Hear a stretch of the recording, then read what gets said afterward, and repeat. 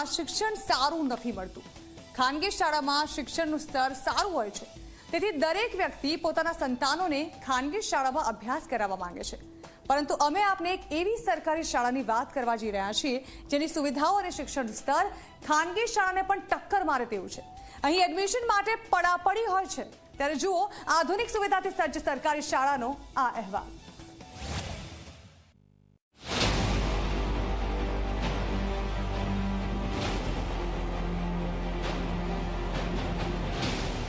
આ ખાનગીની પણ સરકારી શાળા છે।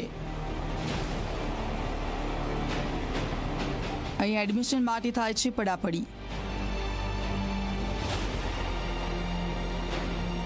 ગરીબની સાથે ધનાઢ્યનો પણ લગાવે છે લાઈન।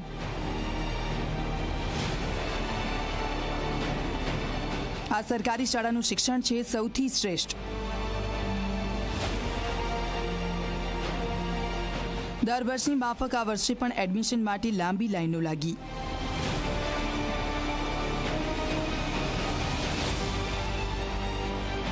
દરેક વાલી પોતાના સંતાનનું ઉજળું ભવિષ્ય ઈચ્છે છે અને ઉજળા ભવિષ્ય માટે તે સંતાનોને સારી શાળામાં ભણાવતો હોય છે। સરકારી શાળાની સરખામણીએ ખાનગી શાળાઓ શ્રેષ્ઠ હોય છે તેવો લોકોનો મત હોય છે। જો કે ખાનગી શાળાઓની જે ફી હોય છે અધધ હોય છે। દરેક મા બાપ ખાનગી શાળામાં પોતાના બાળકોને અભ્યાસ નથી કરાવી શકતા, પરંતુ દ્રશ્યોમાં તમે જે લાઈન જોઈ રહ્યા છો તે લાઈન કોઈ ખાનગી નહીં પરંતુ સરકારી શાળાની છે। સામાન્ય રીતે એડમિશન માટે આવી લાઈનો ખાનગી શાળાઓમાં જ હોય છે, પરંતુ અહીં તો ગરીબ અને તવંગર સહિત તમામ વાલીઓ પોતાના સંતાનો માટે વેઇટિંગમાં છે। દરેકની ઈચ્છા છે કે મારા સંતાનોનું એડમિશન આ શાળામાં થઈ જાય। સૌથી અલગ અને અદ્યતન આ શાળા મહાનગર સુરતમાં આવેલી છે। સુરતના ઉત્તરાણ વિસ્તારમાં આવેલી આ શાળાનું સંચાલન સુરત કોર્પોરેશન દ્વારા થાય છે। હાલ એડમિશન ચાલુ થતાં અહીં એડમિશન માટે રીતસરની પડાપડી જોવા મળી રહી છે। ખાનગી સ્કૂલોને ટક્કર મારે તે રીતે સુરત મહાનગરપાલિકાની જે સમિતિની જે સ્કૂલ છે તે સ્કૂલમાં પણ એડમિશન માટે લોકો લાઈનોમાં ઊભા રહ્યા છે। આપ જોઈ શકો છો મહારાજા કૃષ્ણકુમારસિંહની જે પ્રાથમિક શાળા છે તે પ્રાથમિક શાળામાં એડમિશન લેવા માટે જે વાલીઓ છે તે વહેલી સવારથી જ આ રીતે તેઓ લાઈનમાં ઊભા છે। સૌપ્રથમ તો આ તમામ જે વાલીઓ છે તેઓ ફોર્મ ભરવાના રહેશે અને ત્યારબાદ તમામ જે લોકો છે તે લોકોનો હાલ જે છે તે ડ્રો સિસ્ટમ થશે। ડ્રો સિસ્ટમમાં જે વિદ્યાર્થીઓનો નંબર લાગશે તેમને જ એડમિશન આપવામાં આવશે। ગત વર્ષની જો વાત કરીએ તો 3000 જેટલું વેઇટિંગ અહીં જોવા મળ્યું હતું। ગુજરાતની સરકારી શાળાઓમાં કોઈ એડમિશન લેવા માટે આવતું નથી, ત્યાં સુરતની આ મહારાજા કૃષ્ણકુમારસિંહજી પ્રાથમિક શાળામાં 2 થી 3000 વિદ્યાર્થીઓનું વેઇટિંગ બોલાય છે। હજુ તો એડમિશન શરૂ થયાના પ્રથમ દિવસે 600 થી 700 ફોર્મ ભરાઈ ગયા છે। શાળામાં એડમિશનની ક્ષમતા 3500ની છે, પરંતુ 5 થી 6000 કુલ અરજીઓ આવે છે। અહીં એડમિશન માટે પડાપડી રહે છે, તેનું કારણ અહીંનું શિક્ષણ અને આધુનિક સુવિધાઓ તો છે જ, સાથે સાથે અહીં વિદ્યાર્થીઓમાં સંસ્કારોનું પણ સિંચન કરવામાં આવે છે। બાળકના જન્મદિવસે કેક નહીં પરંતુ ધાર્મિકતાની રીતે ઉજવણી કરવામાં આવે છે। અહીં તમામ વિદ્યાર્થીઓ એક પરિવારના હોય તે રીતે રહે છે। આ શાળામાં આચાર્યને ગુરુ અને શિક્ષકને દીદી તરીકે વિદ્યાર્થીઓ બોલાવે છે।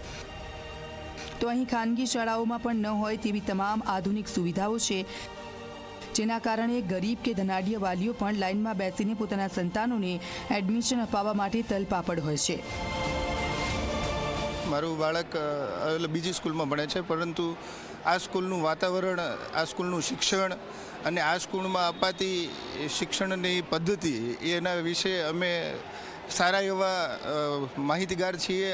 આ વર્ષે હું મારા બાળકને પણ આ સ્કૂલમાં મૂકવા માગું છું અને એના માટે હું એડમિશન માટે અહીં આવ્યો છું। જે આપણે સમાજમાં માનસિકતા છે કે પ્રાઇવેટ સ્કૂલમાં સારું શિક્ષણ મળે છે, સરકારીમાં નથી મળતું, તો મારું એવું માનવું નથી। અને લાગતા વળગતામાં એરિયામાં મને ઘણા સારા રેફરન્સ મળ્યા છે સરકારી સ્કૂલના, ખાસ કરીને આ સ્કૂલના, કે શિક્ષણ લેવલ બહુ સારું છે, તો મેઇન એ જ કારણ છે। સુરત કોર્પોરેશન દ્વારા ચાલતી આ શાળા વર્ષ 2017માં શરૂ કરવામાં આવી છે। સુરતમાં અહીં માત્ર 257 વિદ્યાર્થી હતા, પરંતુ સારા શિક્ષણને કારણે આજે સંખ્યા વધીને 3500 થઈ ગઈ છે। વિદ્યાર્થીઓ વધતા શાળામાં નવા ઓરડા પણ બાંધવામાં આવ્યા। અહીં એડમિશન માટે કોઈ જ ઓળખાણ ચાલતી નથી। જેટલા પણ ફોર્મ ભરાય હોય તેમાંથી ડ્રો કરીને એડમિશન આપી દેવાય છે। સુરતની આ શાળાની સરકારી શાળા પ્રત્યે લોકોની જે નકારાત્મક માનસિકતા હોય છે તેને દૂર કરી નાખી છે। આપણે અહીંયા એડમિશન પ્રક્રિયા આપણે ગયા વર્ષ સુધી ઓનલાઈન ફોર્મ ભરીને કરતા હતા. ગયા વર્ષે 4200 જેટલા ફોર્મ ભરાણેલા, એમાંથી 3000 ઉપરનું વેઇટિંગ રહેલું. અહીંયા આ વખતે આપણે ઓફલાઈન ફોર્મ ભરવાની પ્રક્રિયા, ઓફલાઈન પ્રવેશ પ્રક્રિયા ચાલુ કરી છે. હાલ માત્ર નામ નોંધાવવાની પ્રક્રિયા ચાલુ છે. આજથી આપણે આ નામ નોંધવાની પ્રક્રિયા ચાલુ કરી છે. તો આ વર્ષે પણ એટલો જ પ્રવાહ અવિરત ચાલુ છે અને એટલા જ ફોર્મ ભરાશે અને ત્યારબાદ એક તટસ્થ ડ્રોની પ્રક્રિયા કરવામાં આવે છે. આ શાળામાં, આ કેમ્પસના કુલ 3 શાળાઓ આવેલી છે અને 3 શાળાનું એક કોમન પ્રવેશ પ્રક્રિયા અમે અહીંયા હાથ ધરીએ છીએ અને જ્યારે પણ ડ્રો કરીએ તો એકદમ તટસ્થ રીતે ડ્રો કરી અને દરેકનો જેનો લાભ આપવો જોઈએ તે આપીએ છીએ.